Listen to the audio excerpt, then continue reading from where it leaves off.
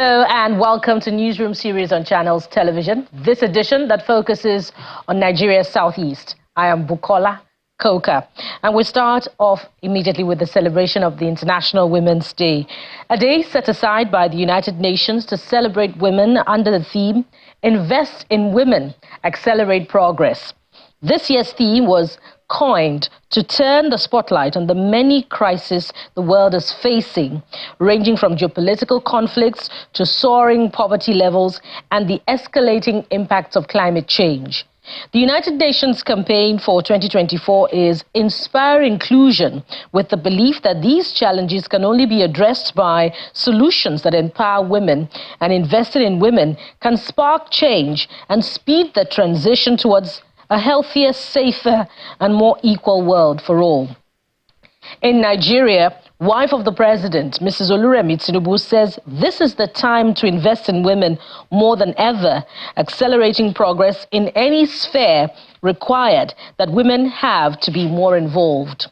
Celebrating this day for the first time as Nigeria's First Lady, Mrs. Tinubu says investing in women should not be seen as a charity, but a strategy to build the nation through education, resources, and opportunities to unleash their full potential. She encourages women to come together, bond, and love one another in order to create a pathway to accelerated progress. And to Anambra State, women are being encouraged there to gear up and support themselves for better living. The call was made at an event to commemorate the International Women's Day event organized by the State Ministry of Women Affairs in collaboration with a non-governmental organization, All for Women Initiative.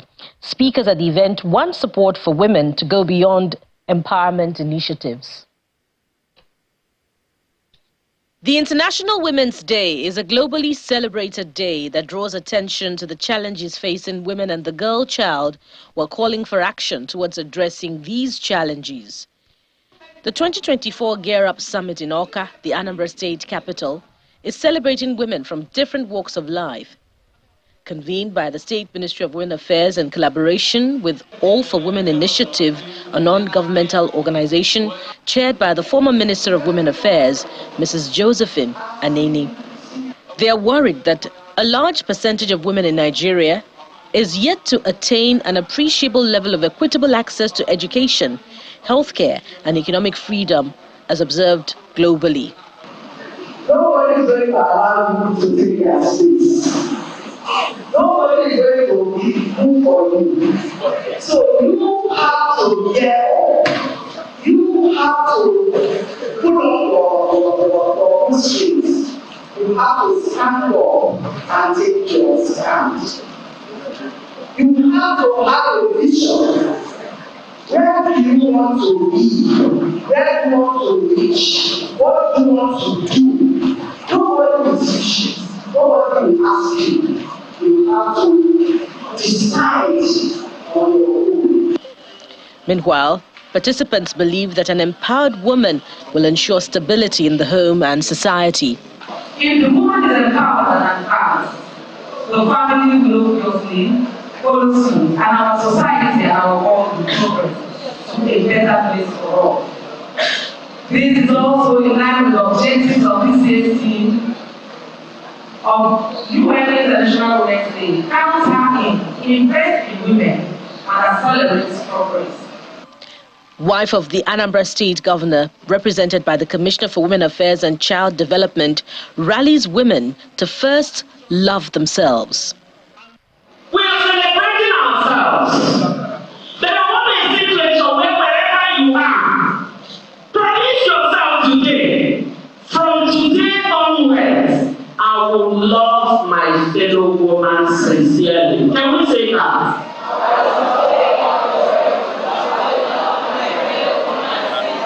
And so shall it be in Jesus' name. It is an opportunity to recognize the contributions of the Anambra State Commissioner of Police, Adiremi Adeoye, who is a strong partner in women advocacy in the state. Organizers insist that empowerment of women should transcend the distribution of sewing machines and bags of rice to more practical issues of addressing the social, structural policies and ideologies that cage women from becoming self-reliant. And more on empowerment, the Ebonyi state government has disclosed plans to empower 130 indigent women with 1 million naira each for business startup. The governor, Francis Nwifuru, made the statement during activities marking the 2024 International Women's Day at the Ecumenical Center at Abakaliki, the state capital. While commending the wife of the president, Senator Oluremi Tinubu, for initiating various social programs on the Renewed Hope initiative, he explained that as part of the state government's support, 10 women will be selected from the 13 local government areas and be empowered with 1 million naira each to start a business of their own. So as a government and as a great people and very trusted husbands, on behalf of we, the men,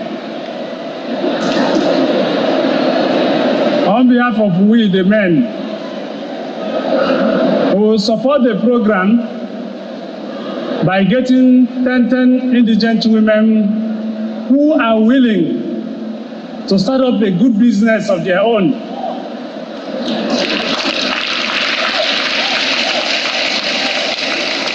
From each local government, and each of the women will get 1 million naira from the government of Ebonyi State. I want you to take this happiness home and celebrate your husband. That is the only joy you will get. Believing that you do that, if you do it, you will do more in Jesus' name. In the meantime, the wife of the state governor, Mrs. Uzoamaka Nwifuru, flagged off the Farmers Empowerment Scheme under the Renewed Hope Initiative program, where she distributed 500,000 naira each to 20 farmers. The wife of the president, the first lady of the Federal Republic of Nigeria, has empowered us to empower 20 farmers with the sum of 500,000 each. And for more on the celebration of the International Women's Day, we have a former Minister of Women Affairs, Mrs. Josephine Anene, joining us on Newsroom series. Welcome to the program, Mrs. Anene. Good afternoon. Thank you for having me. Good afternoon, ma, and happy International Women's Day to you. Same to you. So let's start off with the program under the initiative of the wife of the president and generally at the federal level. And the wife of the president noted in her remark in today's celebration that support for the women should be about strategy rather than charity. So going beyond the distribution of items, grilling machines, grinding machines, have you seen, ma, through successive administrations, a deliberate strategy to empower women with knowledge and education rather than these items, such that they can make choices of their own? Yes. I have seen governments having programs of educating women, giving them opportunity to learn crafts, to learn skills, to acquire skills that will permanently empower them. For instance, what the First Lady is doing is in line with what we have been preaching. Giving women opportunity to excel it should not be charity. It should be understood that the best way and the fastest way to growth, to national growth, to economic advancement, and to development. And I think I buy into what she's doing with her Renewed Hope initiative. It's not just giving out sewing machines when we don't have light, but actually training women. For instance, today, there is a program training women for export, training them on how to export what they are producing. In the agricultural sector, training them, empowering them with knowledge. And I think that is more sustainable than just sharing 2 kilo or 5 kilo bags of rice to them. So it may seem that the results are a bit few and far between, or they're trickling down, if you consider Nigeria being one of the highest contributors to cases of child marriage, and also one of the highest contributors to issues like infant and maternal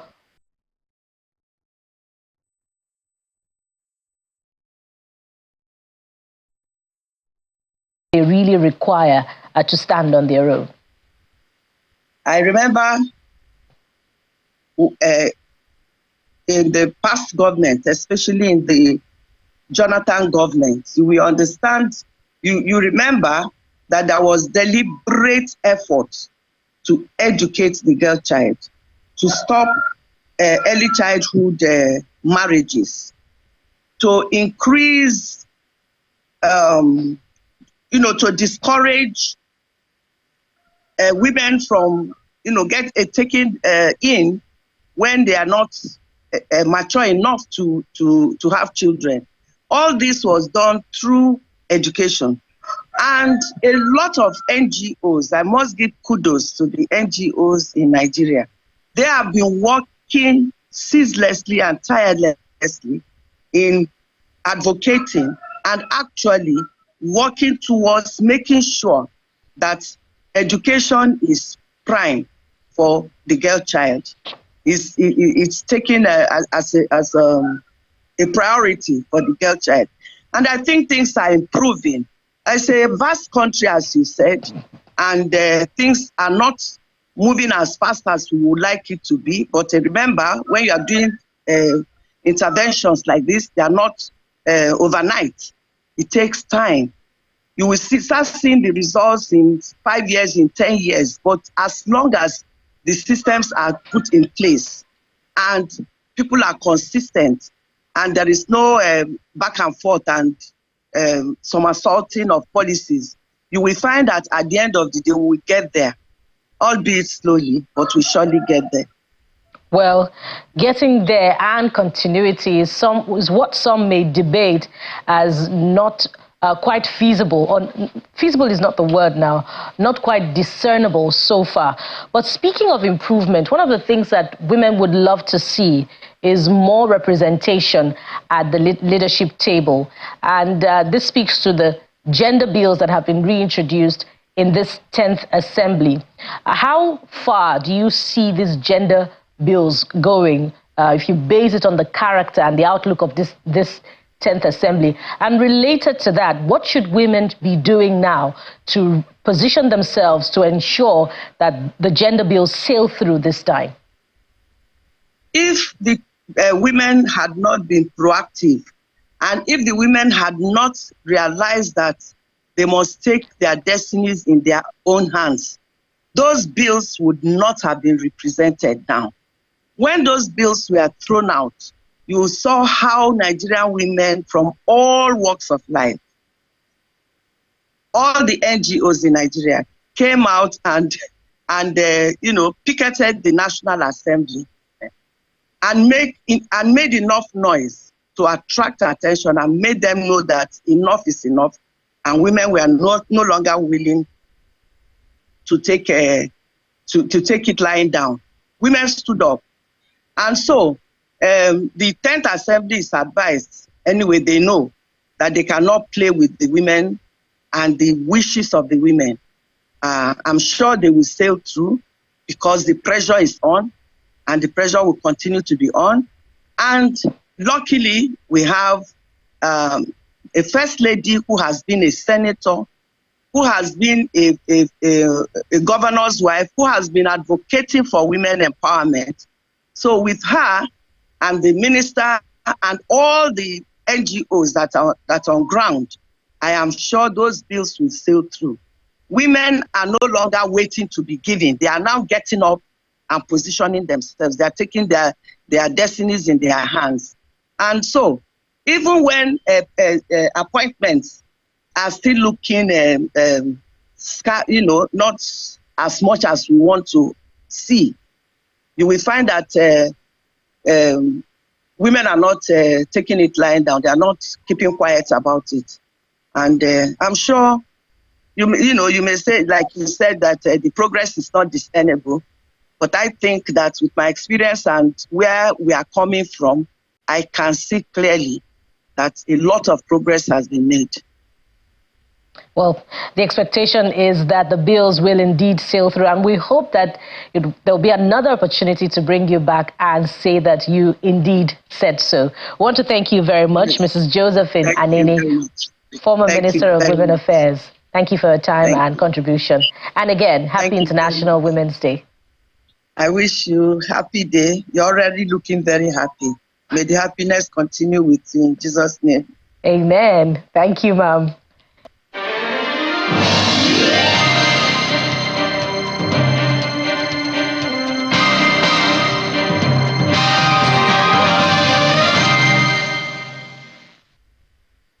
Welcome back. The wife of the governor of Abia State, Mrs. Priscilla Oti, is reassuring women that the government will fulfill its promise to uplift their lives. She gave the reassurance in Umuahia, the state capital, while receiving the 2023-2024 Miss Nigeria International Blessing Nelson, an indigent of the state. She says Miss Nelson has captured the heart of the nation and brought honor to the state, promising to help her use her project for the advancement of the cause of women, especially the girl child. I am truly grateful to be recognized by your highly esteemed office.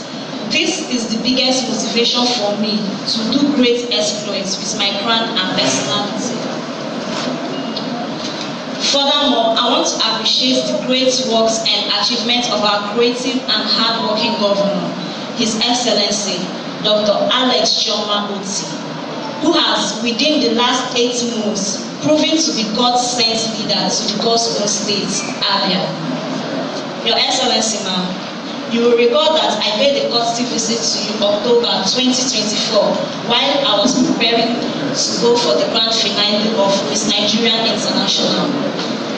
Your motherly advice and the support you gave me inspired me so much, which made me to fight very hard to make sure I bring back this crown back home. I want to appreciate you again, ma'am, for your support and everything. It is a great joy and pride that we gather here today to welcome our radiant beauty queen back home. Her grace, elegance, and talent have not only captured the hearts of the nation, but have also brought honor to our state. I like to say that this administration is bringing a lot of good things home, including beauty queens. We all agree that Abia is beautiful. Abia is a blessed land. And we know that a lot more beautiful things are coming to Abia State through this administration.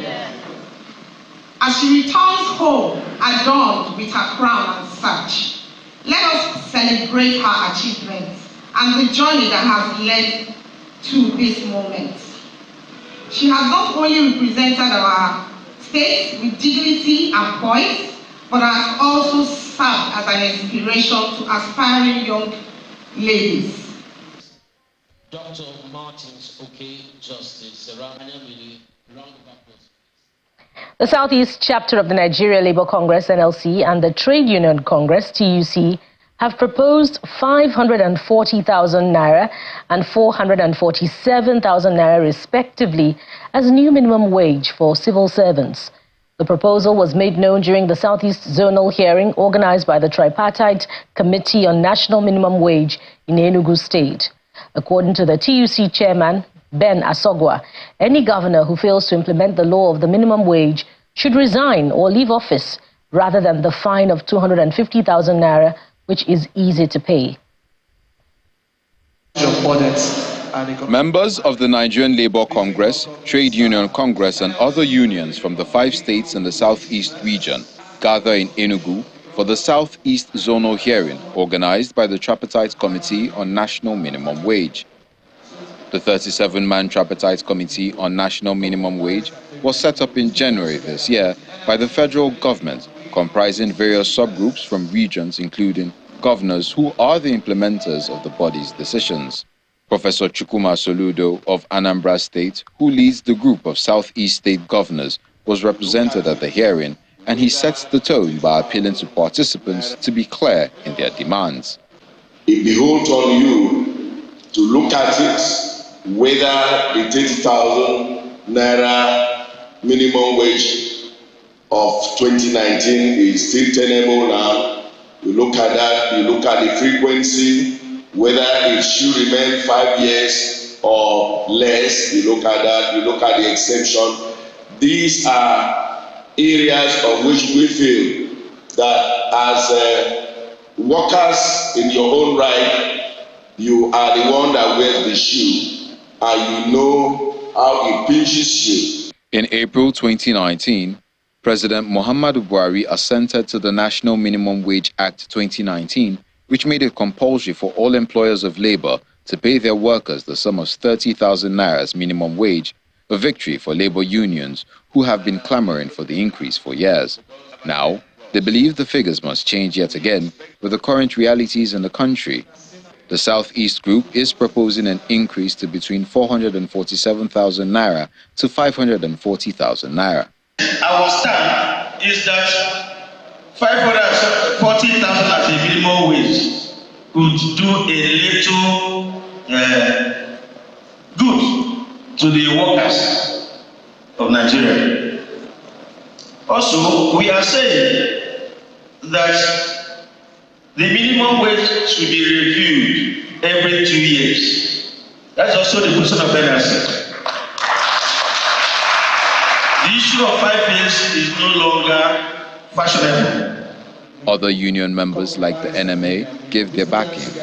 A 500,000 naira minimum wage is not a place for that civil servant who toil day and night, going against all the factors that are against that civil servant, and still have his or her dues.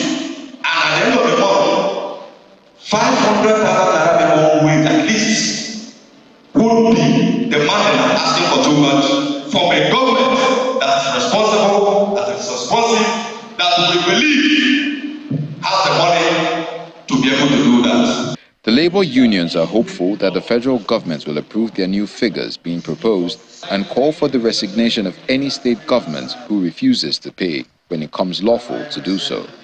So if a governor should break the minimum wage law, he has broken the oath of office by infringing on the law of the country. Therefore, he is not more qualified to sit there, not just paying fine. So our own stance on this matter is that any government that refuses to pay minimum wage should leave his seat. As the people decry the high cost of living, they are hopeful that the federal and state governments will do the needful to enable them attend to their basic needs.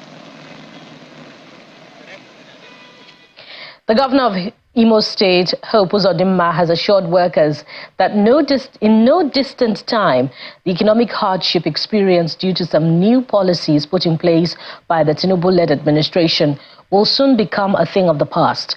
Governor Uzodimma gave this assurance at the State Secretariat in Owerri, the state capital, during the distribution of food palliatives to civil servants in the state as a way of cushioning the effect of the present economic hardship and food insecurity in the country.